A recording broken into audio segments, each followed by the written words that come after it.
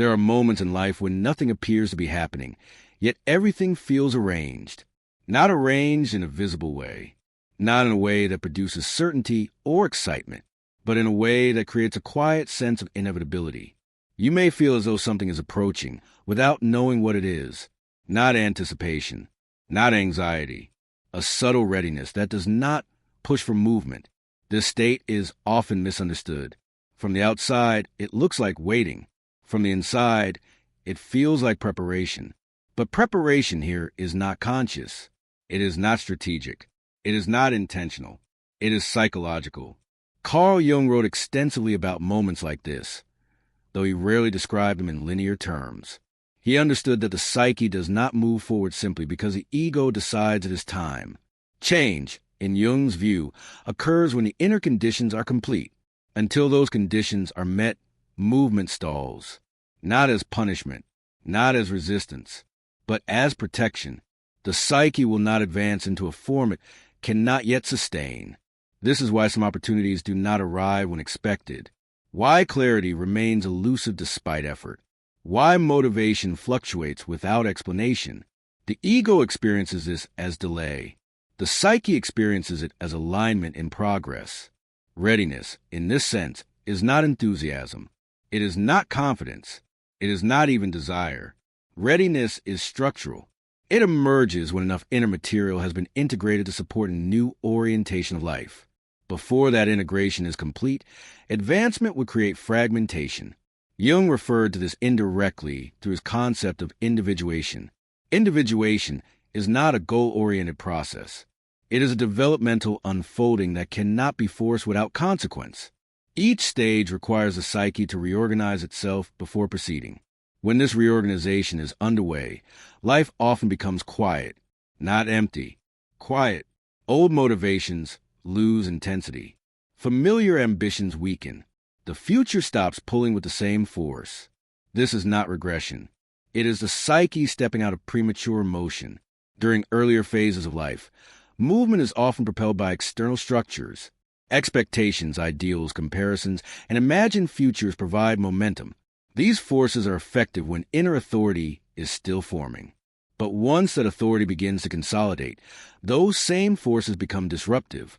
The psyche no longer responds to pressure in the same way. Instead of accelerating, it withdraws. This withdrawal can feel confusing. You may wonder why things that once mattered no longer do, why urgency has softened, why effort feels strangely unnecessary. The temptation is to interpret this as loss. Loss of drive, loss of ambition, loss of purpose. But loss implies absence. What is happening here is replacement. The psyche is replacing external propulsion with internal readiness. This readiness does not announce itself clearly. It does not provide instructions. It does not reveal outcomes.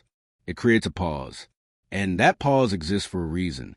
Jung observed that the unconscious does not reveal its contents all at once. It prepares the ego gradually, often through periods of uncertainty. These periods are not mistakes in the process. They are essential to it. Without them, consciousness would be overwhelmed.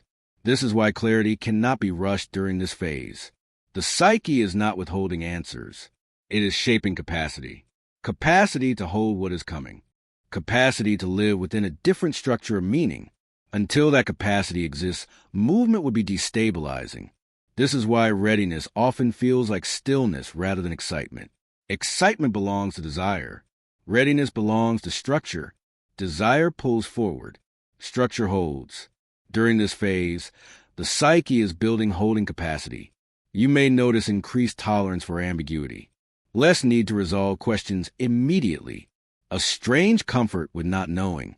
This is not apathy. It is containment. Containment allows new forms to emerge without collapse. Jung believed that psychological growth required a strong enough container to hold opposing forces. Without containment, tension spills outward as anxiety, impulsivity, or compulsive action.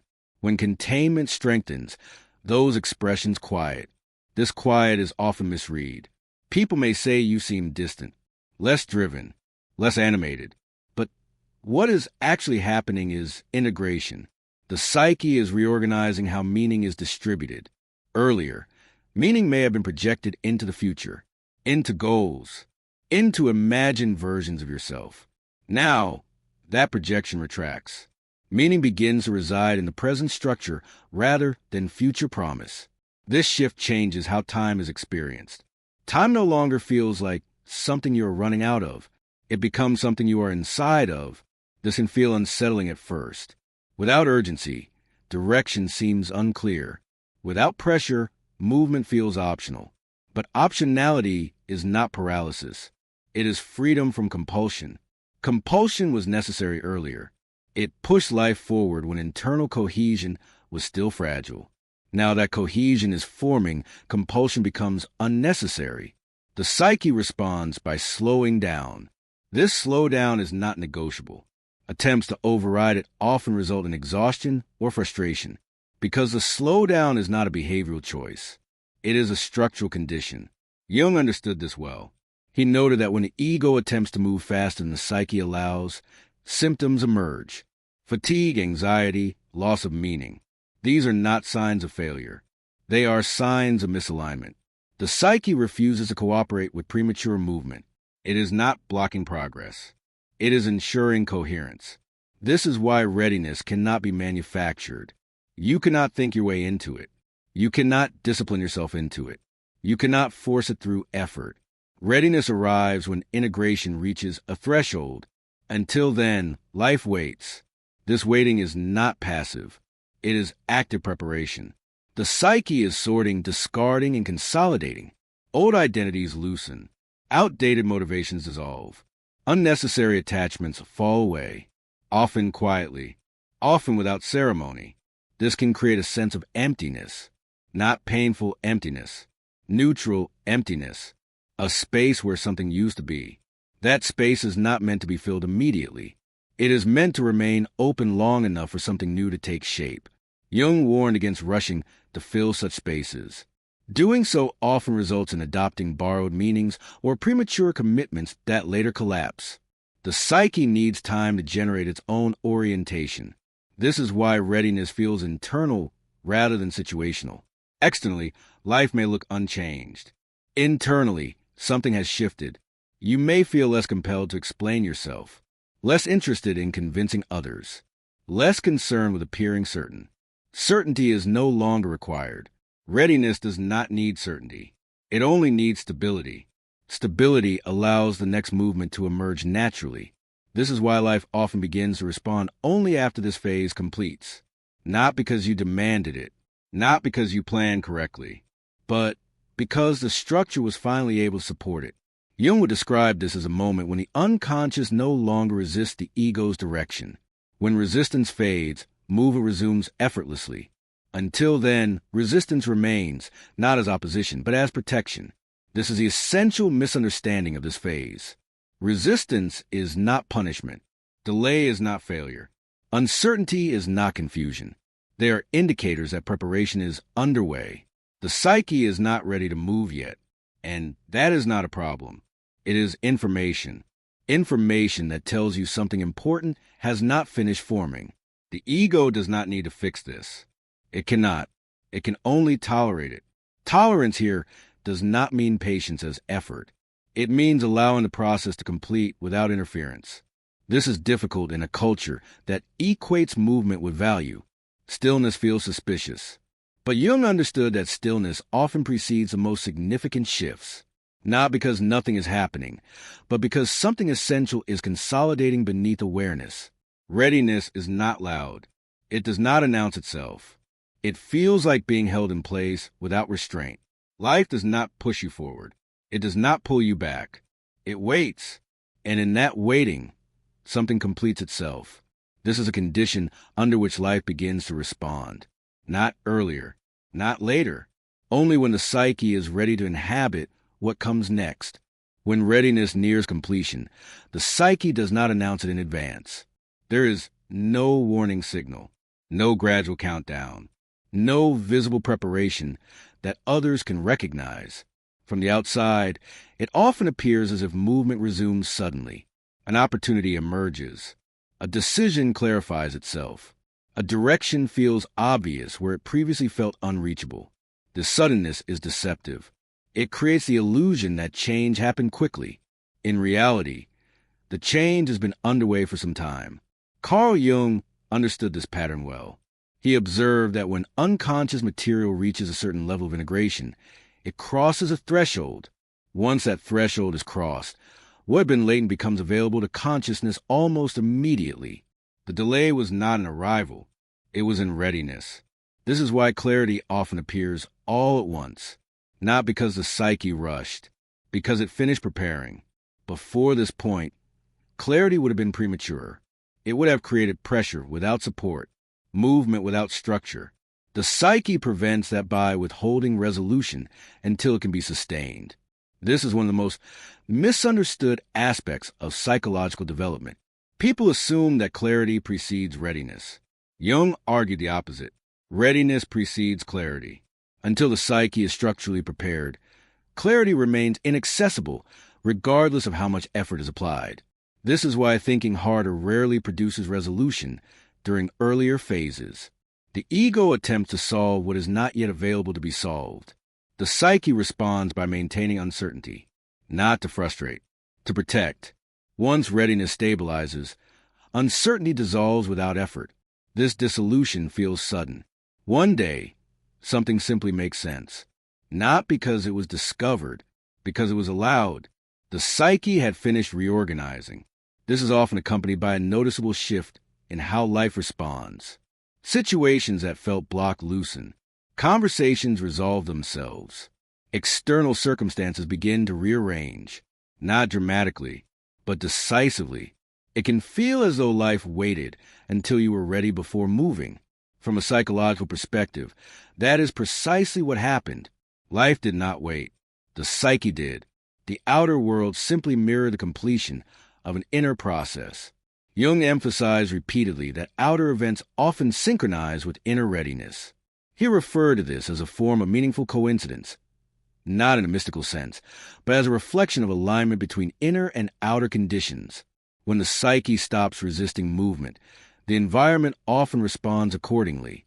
This is not because the world changed its rules. It is because perception changed.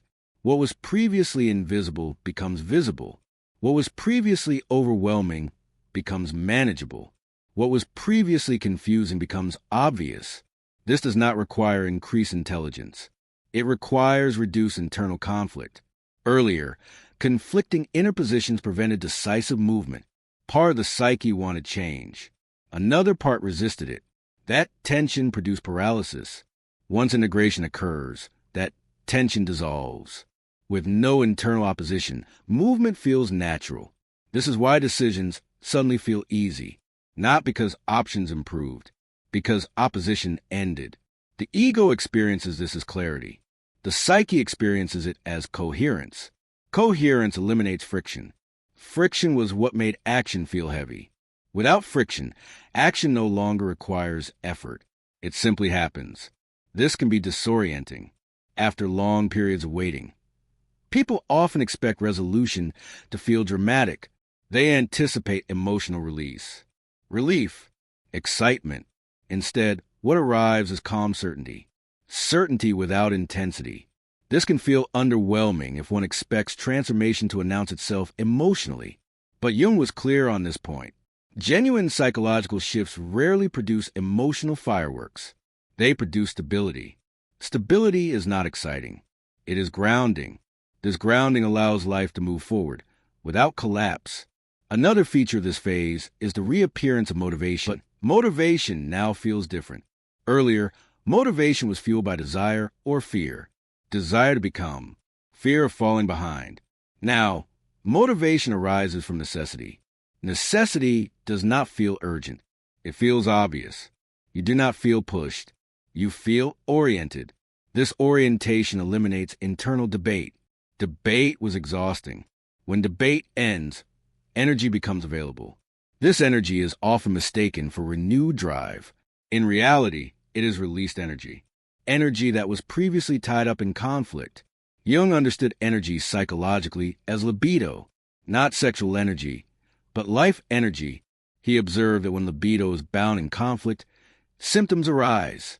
When conflict resolves, libido flows naturally toward life. This flow is what people experience as momentum. Momentum is not created, it is released. This explains why forcing momentum earlier never worked. The energy was not available.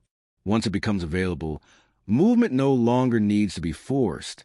Another shift occurs in how opportunities are perceived.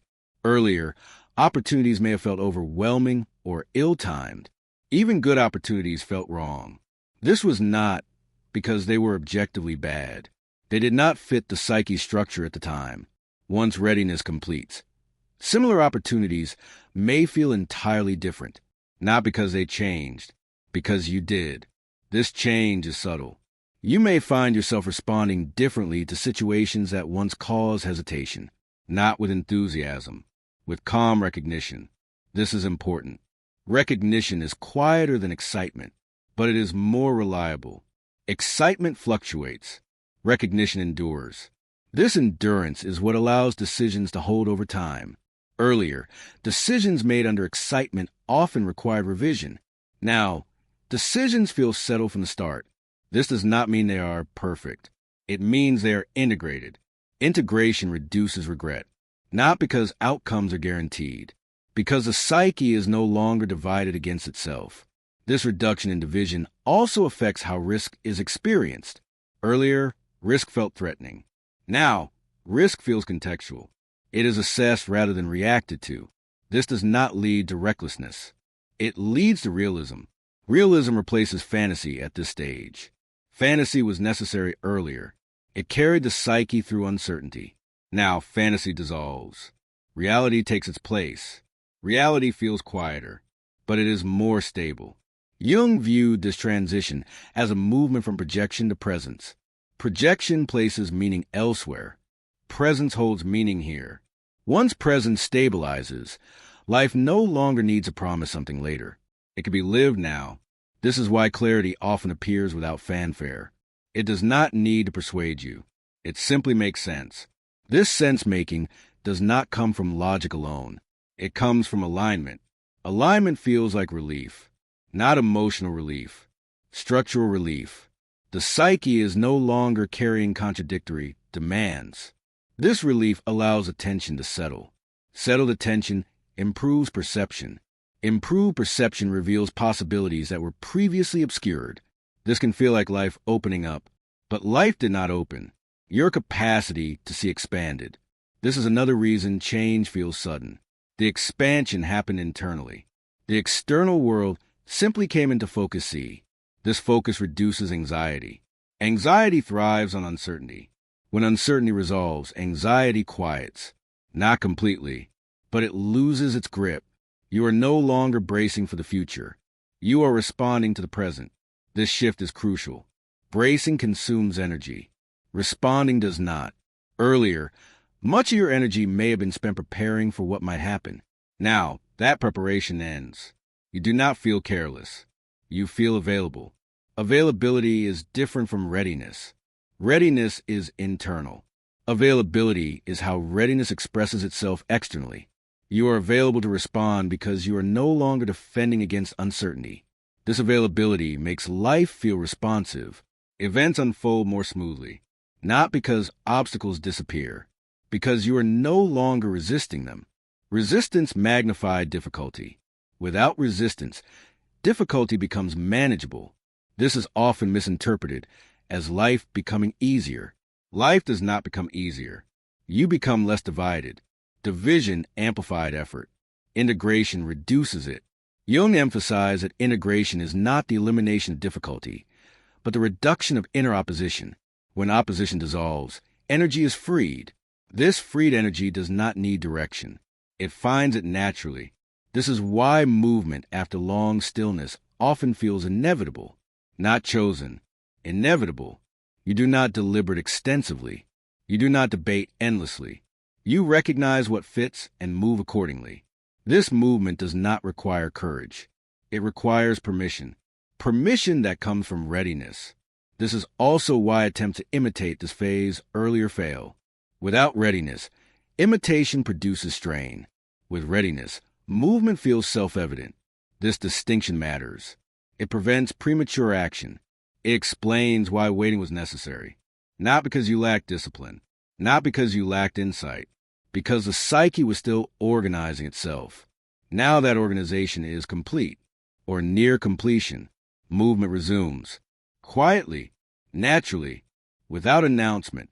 And this movement does not feel like striving. It feels like alignment unfolding. Once readiness completes, life does not surge forward with intensity. There is no dramatic acceleration, no emotional release, no feeling of finally arriving. What changes is subtler than that. Life begins to move without resistance. Earlier phases were shaped by tension between who you were and who you imagined becoming, between where you stood and where you thought you needed to go. That tension created pressure. Pressure created movement. Now that readiness has stabilized, that pressure dissolves. And with it, a certain kind of movement ends. What replaces it is not inactivity. It is direction without strain. This is one of the most difficult transitions to recognize because it contradicts familiar narratives about progress. Progress is usually associated with effort, discipline, and persistence. Here, progress feels almost incidental. Things begin to happen because they fit, not because they were forced. Carl Jung described this state indirectly when he spoke about the ego aligning with the self. When alignment occurs, action no longer feels imposed. It feels necessary in a quiet, non-dramatic way. Necessity here does not feel urgent. It feels obvious. You do not wake up feeling driven. You wake up feeling oriented. Orientation replaces ambition. This does not mean ambition disappears. It loses its psychological dominance. Earlier, ambition organized life because inner authority had not yet consolidated. Ambition provided structure where identity was still forming. Now that identity has stabilized, ambition no longer needs to lead. This is why effort changes so noticeably during this phase. Effort no longer feels like something you summon. It arises naturally in response to what is in front of you. You do not push yourself to act. You respond. Response requires less energy than force. Force implies resistance. Response implies alignment. This alignment changes how work is experienced. Tasks that once felt heavy may now feel manageable. Not easier, just clearer. Clarity reduces friction. Friction was what made effort exhausting. Without friction, energy becomes available. This availability is often mistaken for renewed motivation. But motivation implies being pulled toward something. Here, nothing pulls. You move because movement fits. This distinction matters. Being pulled keeps the psyche future-oriented. Fitting allows the psyche to remain present. Presence is what stabilizes this phase. You are no longer organizing your life around what might happen later. You are living within what is already structured. This creates a sense of sufficiency, not satisfaction in the emotional sense, sufficiency in the structural sense. Life no longer feels incomplete. This does not mean everything is resolved. It means resolution is no longer required for stability. Jung understood this as a shift from compensation to integration. Earlier, the psyche compensates for imbalance by striving, projecting, and overreaching. Once integration occurs, compensation becomes unnecessary. This reduces psychological noise. Thoughts slow. Emotional reactions soften. Inner commentary quiets. Not because you suppress it, because it loses relevance. This quiet can feel unfamiliar. Many people have lived so long with internal pressure that its absence feels strange. They wonder if something is missing. What is missing is tension. Tension was never neutral. It kept life moving when coherence was still forming. Now that coherence exists, tension becomes disruptive. The psyche releases it. This release does not feel euphoric. It feels ordinary. Ordinariness is often mistaken for stagnation, but this ordinariness is not empty. It is stable. Stability allows sustained living. Earlier, life may have felt like a series of efforts strung together. Now, life feels continuous. Continuity reduces fatigue. You are no longer restarting yourself each day. You are inhabiting a stable position. This position is not rigid. It allows movement. But movement now occurs within a structure rather than toward one. This is a crucial difference. Earlier, you were moving toward yourself. Now, you are moving as yourself. This changes how you relate to uncertainty. Uncertainty no longer feels threatening. It feels neutral. You do not need to resolve it immediately. This tolerance is a sign that the psyche trusts its own structure. Trust here is not optimism. It is containment. You can hold not knowing without collapsing.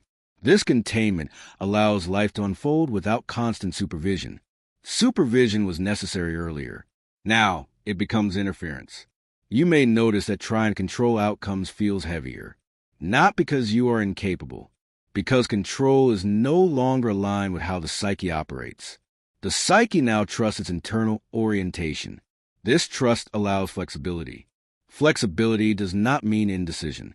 It means responsiveness. You respond to what arises rather than anticipating everything in advance.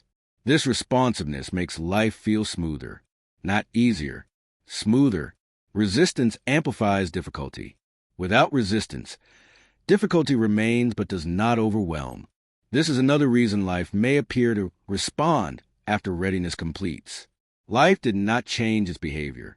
Your relationship to it changed. This change affects relationships as well. You may notice that certain dynamics resolve without discussion. Others fade without conflict.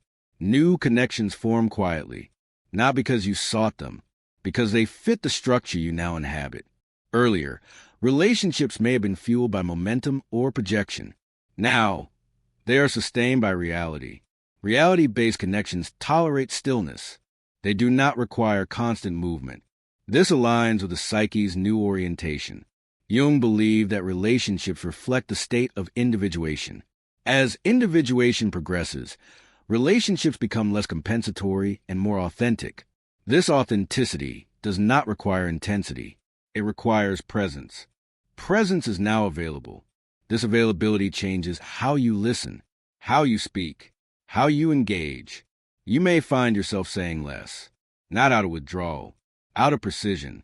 Words are no longer used to stabilize identity. They are used to communicate reality. This reduces a need to explain yourself. Explanation was often a defense. Now it feels unnecessary. This is another sign that readiness has completed. The psyche no longer needs to justify its position. It inhabits it. This inhabitation affects how meaning is experienced. Meaning no longer arrives as inspiration. It arrives as fit. Things feel right or wrong, not exciting or boring. Fit is quieter than excitement, but it lasts longer. Excitement fades. Fit endures. This endurance allows life to settle. Settling does not mean stopping. It means grounding. Grounding allows growth without distortion. Growth now occurs as deepening rather than expansion. Deepening is slow. It does not announce itself. It unfolds over time, without urgency, without pressure. This is why this phase can be overlooked. It does not resemble the growth narratives people expect. There is no visible transformation, only a subtle shift in how life is lived. You stop negotiating with yourself. You stop rehearsing explanations. You stop bracing for the future. This stopping is not passive. It is the result of integration. Integration is not an event. It is a condition in which inner conflict has reduced enough for life to proceed without force. Jung saw this as the ego relinquishing its attempt to control the whole process. When control relaxes, the psyche's natural ordering principle takes over. This ordering does not feel mystical. It feels practical. Things align because they belong together. Decisions hold because they are not made under pressure. Movement sustains because it is not compensatory. This is the psychological meaning of readiness completing. Life does not begin anew. It continues without distortion. And that continuation feels quieter than expected. But quieter does not mean weaker. It means stable. Stability allows endurance. Endurance allows a life to be lived rather than managed. This is the point at which striving loses its role. Not because striving was wrong, because it has completed its function. The psyche no longer needs to push itself forward. It is already oriented. This orientation is what allows destiny, direction, or movement to appear without being summoned. Not because you asked, because you were ready to inhabit it. What has been described is not a moment of achievement. It is a completion of a preparation that did not require your involvement. Nothing was forced. Nothing was solved. Nothing was announced. Readiness finished on its own terms. And once it did, life began to move without resistance. Not dramatically, not urgently, accurately. If this reflection resonates, it is not because it reveals something new. It is because it names something you may already be living. There is nothing here to apply, nothing to accelerate, nothing to fix, only something to recognize. If you choose to remain here, you can subscribe to the inner shadow signal to continue exploring these psychological transitions as they unfold quietly, without instruction or performance. And if you leave a comment, you don't need to explain yourself. A single word is enough. Sometimes readiness does not need to be described. It only needs to be acknowledged.